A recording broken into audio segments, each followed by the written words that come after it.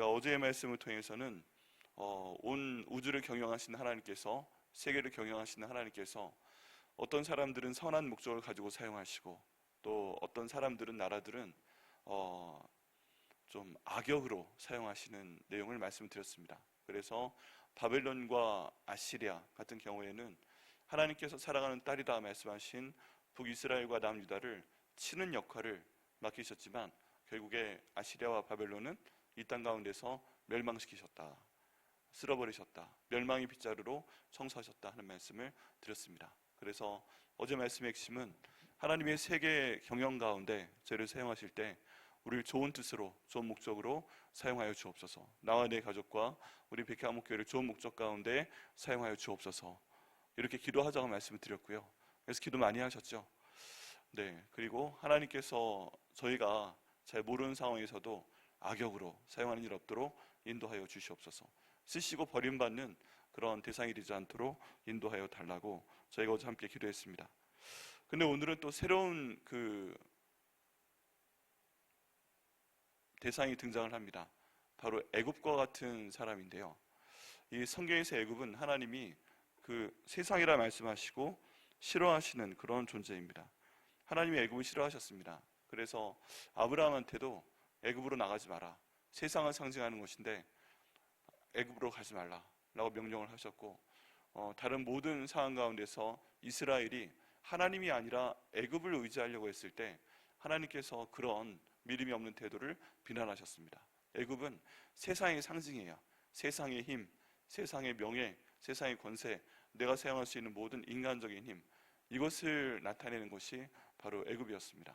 그런데 이 애굽이 하나님 앞에 그렇게 좋은 모습으로 나오지 못해요. 근데 그럼에도 불구하고 이 하나님께서 애굽과 같은 존재도 변화시켜서 주님께서 사용하실 수 있다 하는 것을 저희 가운데 오늘 말씀하고 있습니다.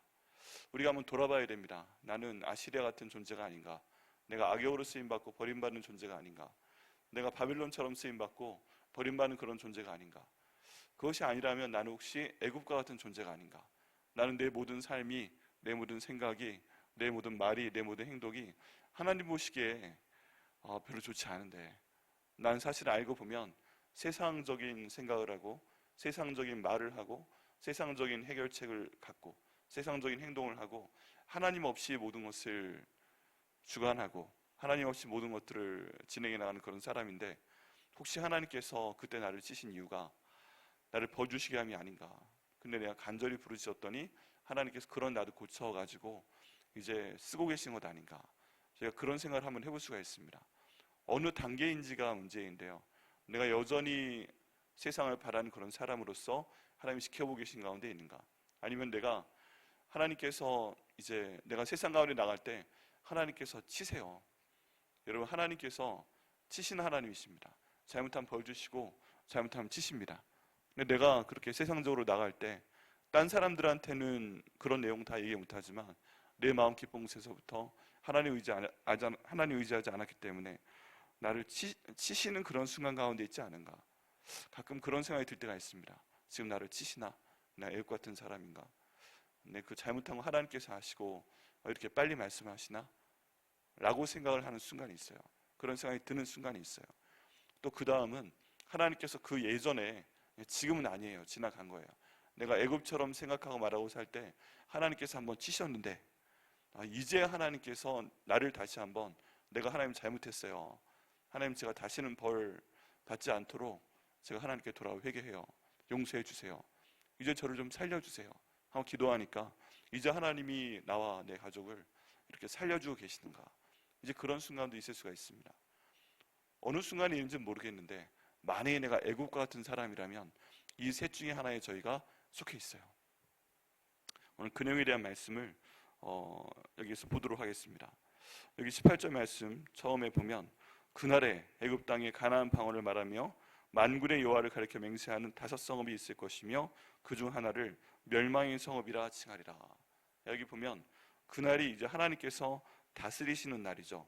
하나님께서 다스리시는 그날에 애굽 땅에서 이스라엘 말을 하는 사람이 아니고 가나안 방언을 하는 사람입니다. 하나님의 성경에서 가나안은 좋아하세요? 싫어하세요? 싫어하세요. 정말 싫어하세요. 왜 그러냐 하면은 가나안은요 하나님이 주신 창조 목적대로 살지 않았어요. 어떤 분들이 그런 말씀을 하십니다. 하나님은 정말 잔인한 하나님이다. 어떻게 이스라엘 백성들을 한테 가나안 땅을 주기 위해서 가나안 땅에 있는 그 민족들을 그렇게 잔인하게 죽일 수 있는가? 동물 하나도 살려놓지 말라고 말할 수가 있는가? 그리고 정말 그 땅을 싹 다 그 칼날로 쓸어버릴 수 있는가? 이런 걸 비난하는 분들이 계십니다. 근데 또 여기에 대한 굉장히 두꺼운 연구가 있어요. 그건 무엇이냐면 가나안 땅이 하나님 말씀에 안 맞게 살았다는 것입니다. 너는 나 외에 다른 신을 섬기지 말라 라고 명령하셨는데 정말 우상이 그 땅 가운데 얼마나 많았는지 그냥 이 하나님이 만드신 피조물을 섬기는 것만큼 하나님을 열받게 하는 일이 없습니다. 하나님을 경배하라고 했는데 하나님 만드신 해를 경배하고, 하나님을 경배하라고 했는데 달을 경배하고, 하나님이 만드신 짐승의 형상을 만들어 경배하고, 그리고 거기에 음란한 제사를 드리고, 이런 모든 것들이 가나안 땅 전역에 일어났기 때문에 하나님이 기다리다가 결국 치시게 됐다는 거예요. 또 사람 간의 관계에서도 부도덕한 음란한 관계를 맺지 마라, 부도덕한 성적인 관계를 맺지 마라, 근친상간을 하지 마라, 동물과 성관계를 맺지 마라, 이런 모든 이야기가 나온 원인이 가나안 사람들이 그것을 행했기 때문에 그렇다는 것입니다. 그래서 하나님의 형상을 가진 사람이 그런 부도덕한 다른 그 해서는 안 되는 사람과 성적인 관계를 맺거나 동물들과 성적인 관계를 맺는 것이 일반화되어 있는 것이 가나안 땅이었기 때문에 하나님이 계속 기다리다 그 땅을 피로 정화하셨다라고 말하는 책입니다. 근데 이 모든 내용을 봤을 때 그러면 가나안 땅도 하나님의 사람들이었기 때문에 하나님이 기회를 주셨는데 그 안에 회개하지 못했기 때문에 이스라엘 백성들을 통해서 다 제거해 버리셨다라고 저희가 이해를 할 수가 있습니다. 그래서 가나안 사람들의 말을 하나님이 좋아하실 리가 없지요. 그런데 애굽 땅 가운데서 특별히 애굽의 말도 아니고 애굽과 가나안은 좀 떨어진 곳입니다. 다른 말로 하면 애굽 안에서 가나안 방언을 하는 사람은 모든 사람들 가운데서 가장 악한 사람들이다, 가장 하나님이 싫어하는 종류의 사람들일 수 있습니다. 근데 그 사람들에게 지금 어떤 일이 벌어졌다고요? 가나안 방언을 말하며 있는 사람들인데 그 사람들 가운데 만군의 여호와를 가리켜 맹세하는 5성읍이 있을 것이고, 그리고 그 성읍들 중에 하나의 이름은 멸망의 성읍이라고 했다고 합니다. 악한 사람들 중에 더 악한 사람들인데 그 악한 성읍들 가운데 하나의 이름은 끝까지 간 것 같아요. 멸망의 성읍이에요. 야, 저 성읍은 얼마나 더러운지, 얼마나 많은 잘못을 하는지 끝까지 갔다. 멸망할 수밖에 없는 그런 사람들이다. 그 소돔과 고모라보다 더한 것 같다. 이건 정말 이제 그런 성읍인데 그런 성읍조차 지금 뭘 하고 있다고요? 하나님을 경배하고 있다, 여호와 하나님을 가리켜 맹세하고 있다라고 말씀하고 있습니다. 이걸 보면요, 내 주변 가운데 내가 멸망하는 성읍처럼 끝까지 가 있는 사람이라도 내가 하나님을 가리켜 맹세할 수 있는 사람이 되면 어떻게 될 수 있다? 하나님께서 나를 용서하실 수 있다는 것입니다. 하나님께서 나를 어떻게 하실 수 있다? 하나님께서 내게 은혜를 주실 수 있다. 결국 하나님께서 나를 들어쓰시고 보고 주실 수 있다 하는 그 희망을 지금 오늘 말씀을 통해서 보여주고 있는 것입니다. 그날의 애굽 땅 중앙에는 여호와를 위하여 제단이 있겠고 그 변경에는 여호와를 위해서 기둥이 있을 것이다. 여기 제단과 기둥은요, 다 신에게 제사 드릴 때 사용하는 그런 단입니다. 그런데 이 애굽 땅의 중앙에 하나님을 경외하는 예배당 제단이 있겠고 그 지방에는 여호와를 위해서 기둥이 세워질 것이다. 이 애굽과 같은 사람이 변하게 되니까 삶의 중심 가운데 하나님께 예배하는 것이 있게 되고 그 삶의 모든 변방 가운데 별로 중요하지 않은 생활 습관과 말과 행동 가운데서도 하나님이 나타난다는 것입니다.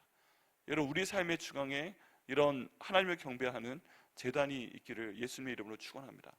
또 우리 삶 가운데서 별로 중요하지 않아 보이는 모든 일상적인 생각과 말과 행동 가운데 하나님을 경배하는 이런 기둥이 세워지기를 예수님의 이름으로 축원합니다. 그때 하나님께서 저를 변화시키는 것입니다. 이만큼 예배가 갑자기 애굽 땅 가운데서 특별히 하나님을 향한 예배가 중요해졌을 때 하나님께서 그들을 돌보신다는 내용입니다.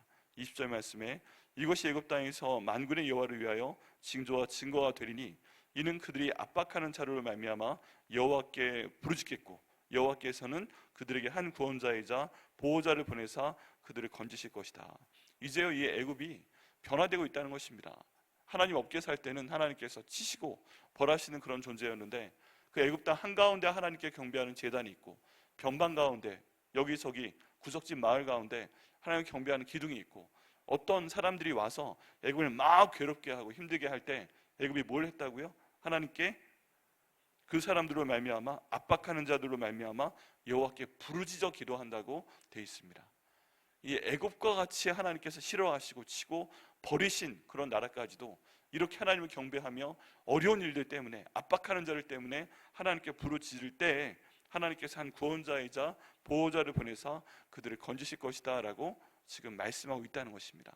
그러면요, 역시 우리의 삶 가운데 적용시켜 볼 때, 내가 아무리 예전에 하나님에 대해서 그 잘못하는 사람이었다 할지라도, 내가 나를 봐도 죄인이고, 내가 나를 봐도 멸망의 자식이고, 내가 나를 봐도 하나님께서 버릴 만한 이유가 충분한 사람이라도, 내 삶의 중심 가운데 하나님에 대한 예배가 있고, 내 삶의 모든 중요하지 않은 것에도 하나님에 대한 흔적이 있고, 하나님에 대해서 내가 경배하려고 애쓰는 그런 기둥의 흔적이 있고, 기둥은 박아야 되잖아요. 그렇게 열심히 하나님을 기억하는 흔적이 있고, 내가 어려운 일이 있을 때 나를 괴롭히는 그 일에 대해서, 그 사람에 대해서 하나님께 부르짖을 때, 이런 나에게라도 하나님께서는 구원자를 보내시고 보호자를 보내실 것을 우리는 믿어야만 됩니다.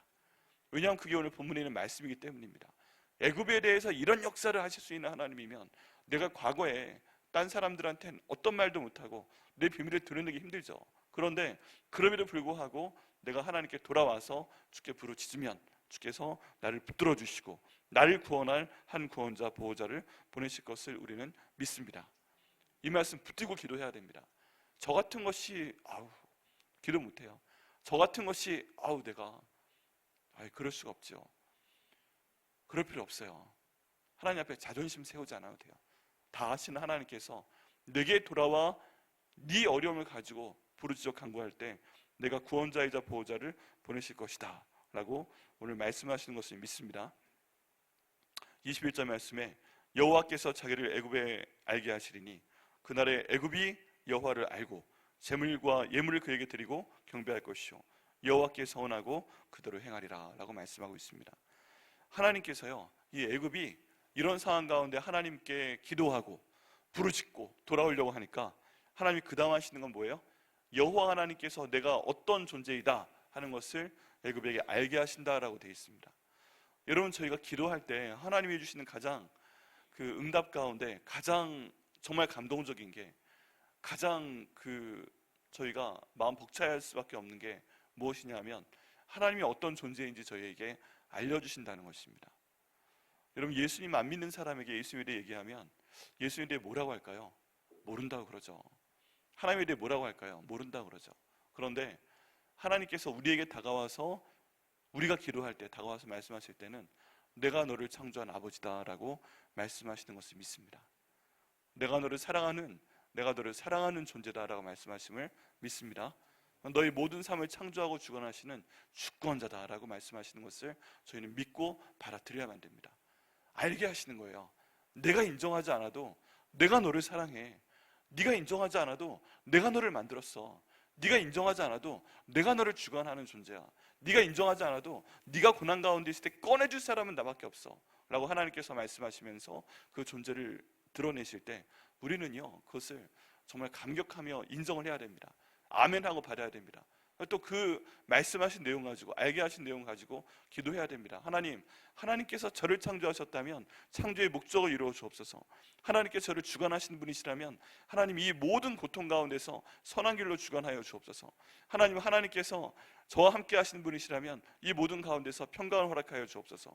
하나님께서 제게 있는 모든 문제보다 크신 분이시라면 내가 기도하는 문제 가운데서 벗어날 수 있도록 하나님께서 주관하여 주시옵소서. 알게 하신 모든 성경의 내용 가지고 저희가 기도할 때 그 기도에 하나님께서 응답하실 것을 믿습니다. 왜 그러세요? 그분의 이름이 하나님이기 때문에 그렇습니다. 하나님께서 알게 하시고 또 그 하나님을 알게 하셨을 때 저희가 해야 되는 것은 뭐예요? 드디어 알게 되는 거죠. 여러분, 하나님의 존재도요, 하나님이 저희한테 알려주셔야만 저희가 알 수 있어요. 만약에 하나님이 알려주시지 않는 가운데 저희가 막 하면은 상사의 날개만 펼 뿐이에요. 코끼리 다리 만져놓고, 다리통 만져놓고 코끼리 다리는 평평해. 꼬리 만져놓고 코끼리 모습은 이렇게 얇아. 무슨 빗자루 진 것 같아. 코를 만져놓고 코끼리는 이렇게 두 개의 구멍으로 구성이 되어 있는 거야. 이렇게 일부만 보고 전체를 보지 못하는 상태에서 우리가 그냥 전체적인 하나님은 그냥 상상하고 오해할 수 있어요. 하나님을 저희에게 알려주시옵소서. 저희가 기도하고요, 저희가 알게 되었을 때 그 다음 해야 될 것은 하나님을 경배하는 것입니다. 그런 하나님이 저에게 보이셨을 때 하나님을 예배할 수 있도록 인도하여 주옵소서.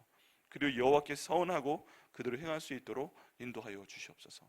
여기에 보니까요, 이 모든 관계 하나님께서 알게 하셨을 때 저희가 해야 되는 것이 무엇인지 나와 있습니다. 바로 예배예요. 경배예요. 하나님을 찬양하고 하나님께 기도하고 하나님께 시간을 드리고 예배할 수 있는 장소를 만들고 기도할 때 저희들이 서원한 것을 그대로 행하며 나갈 때 하나님께서 복을 주신다라고 오늘 말씀 가운데 나와 있습니다. 마지막 말씀이 정말 끝내주는데요, 22절 말씀 같이 한번 읽어보시겠습니다. 시작. 여호와께서 애굽을 치실지라도 치시고는 고치실 것이므로 그들이 여호와께로 돌아올 것이라. 여호와께서 그들의 간구함을 들으시고 그들을 고쳐 주시리라. 네, 아까 말씀드린 대로 애굽은 하나님께 잘못하는 게 그 습성이기 때문에 하나님께 잘못해요. 근데 그때 하나님께서 치십니다. 치세요. 잘못하면 사랑하시니까 치시는 거예요.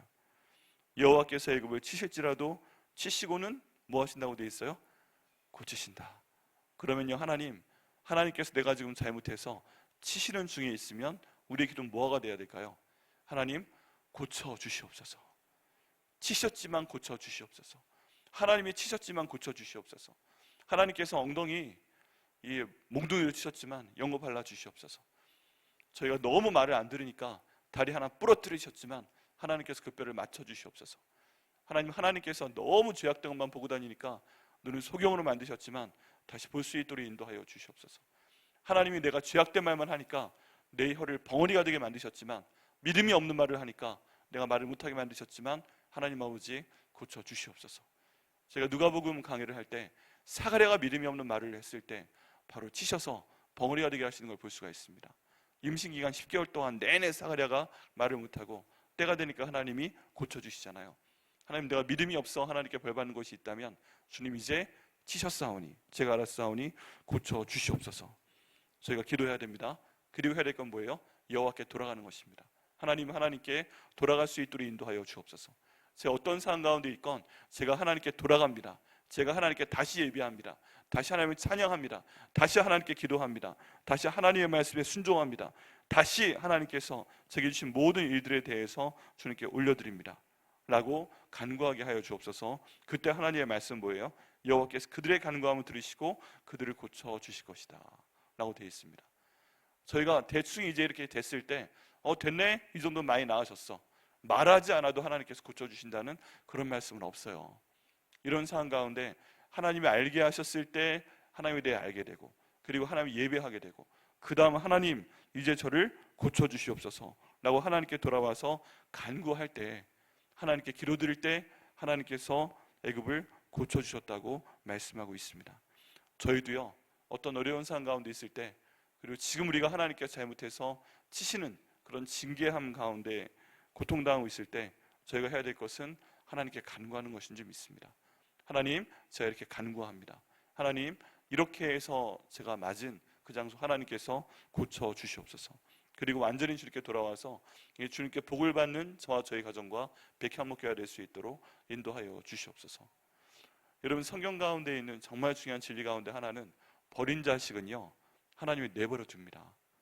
버린 자식은 그냥 내버려 둬요. 근데 살리려는 자식은 잘못하면 치십니다. 그리고 고쳐주시고 그 다음에 돌아오게 하십니다. 그리고 기다리시는 거예요. 마치 탕자의 아버지처럼 기다리십니다. 돌아올 때까지. 여러분, 하나님께서 오늘 말씀 저에게 주실 믿고 만약에 저희가 애굽이라면 하나님, 저희가 이렇게 돌아와서 기도하오니 고쳐주시고 저희 가운데 복의 복을 주옵소서. 그래서 하나님의 고치심을 체험하며 또 은혜를 받는 저희 가정과 백향목교회 될 수 있도록 인도하여 주시옵소서. 기도하시고 응답 받으시는 저와 여러분과 우리 백향목교회 되게 하시기를 예수님의 이름으로 축원합니다. 기도하시겠습니다. 하나님 아버지, 감사합니다. 오늘 이 말씀 저에게 주시니 감사합니다. 하나님, 혹시 저희가 애굽과 같은 존재입니까? 저희는 저희가 선하다고 생각을 하고 있는데 저희의 착각은 아닙니까? 하나님, 저희는 정말 저희가 악하다고 생각을 하는데, 저희는 더 이상 희망이 없다고 생각을 하는데 하나님, 그것도 저희의 착각입니까? 저희가 애굽 같은 존재가 아닙니까? 하나님 원하시면 오늘 본문의 말씀처럼 애굽 한가운데 주님 하나님을 예배하는 제단을 세우실 수 있고, 애굽의 변방 가운데 하나님을 경외하는 기둥을 세우실 수 있다고 말씀하여 주시니 감사합니다. 하나님께서 아무리 세상에 그런 상징으로 말씀하셨던 애굽이라도 하나님께 회개하며 돌아와서 모든 잘못에 대해서 하나님께 부르짖을 때, 또 고통당하는 것에 대해서 하나님께 부르짖을 때 하나님께서 보호자를, 그 구원자를 보내실 것이라 말씀하여 주시니 감사합니다. 하나님 아버지, 혹시 저희가 죄악 가운데 있는 애굽과 같은 존재라고 할지라도 하나님께서 저희 모든 잘못 가운데서 지금 저희를 치시는 과정 가운데 있다고 할지라도, 그래서 저희가 많이 아파하는 과정 가운데 있다 할지라도 하나님, 오늘 말씀처럼 저희가 간절히 하나님께 부르짖으며 아버지 하나님께 나와서 간구할 때 주님 저희를 고쳐 주시옵소서. 하나님께 기도할 수 있는 내용이 지금 저희는 무엇인지 모르겠지만 기도하게 하여 주시고, 그 기도 들으신 다음에 하나님 저희의 모든 개인적인 상황과 가정의 상황 가운데, 저희들이 하는 일 가운데, 저희들의 교회 가운데 하나님께서 벌하시는 부분이 있다면, 치신 부분이 있다면 이제 주님께서 고쳐 주시옵소서. 회개하고 돌아올 때, 진정으로 예배할 때 다시 한번 저희를 창조하시고 주관하시고 인도하시고 회복시키시는 그 하나님의 권능을 체험할 수 있도록 인도하여 주시옵소서. 저의 간구함을 오늘 들으시고 저희를 살려주시며 저희를 고쳐주시는 그 모든 것에 간구하며 응답받는 오늘 새벽이 될 수 있도록 인도하여 주옵소서. 응답하여 주시면 감사하고 예수님의 이름으로 기도드립니다. 아멘.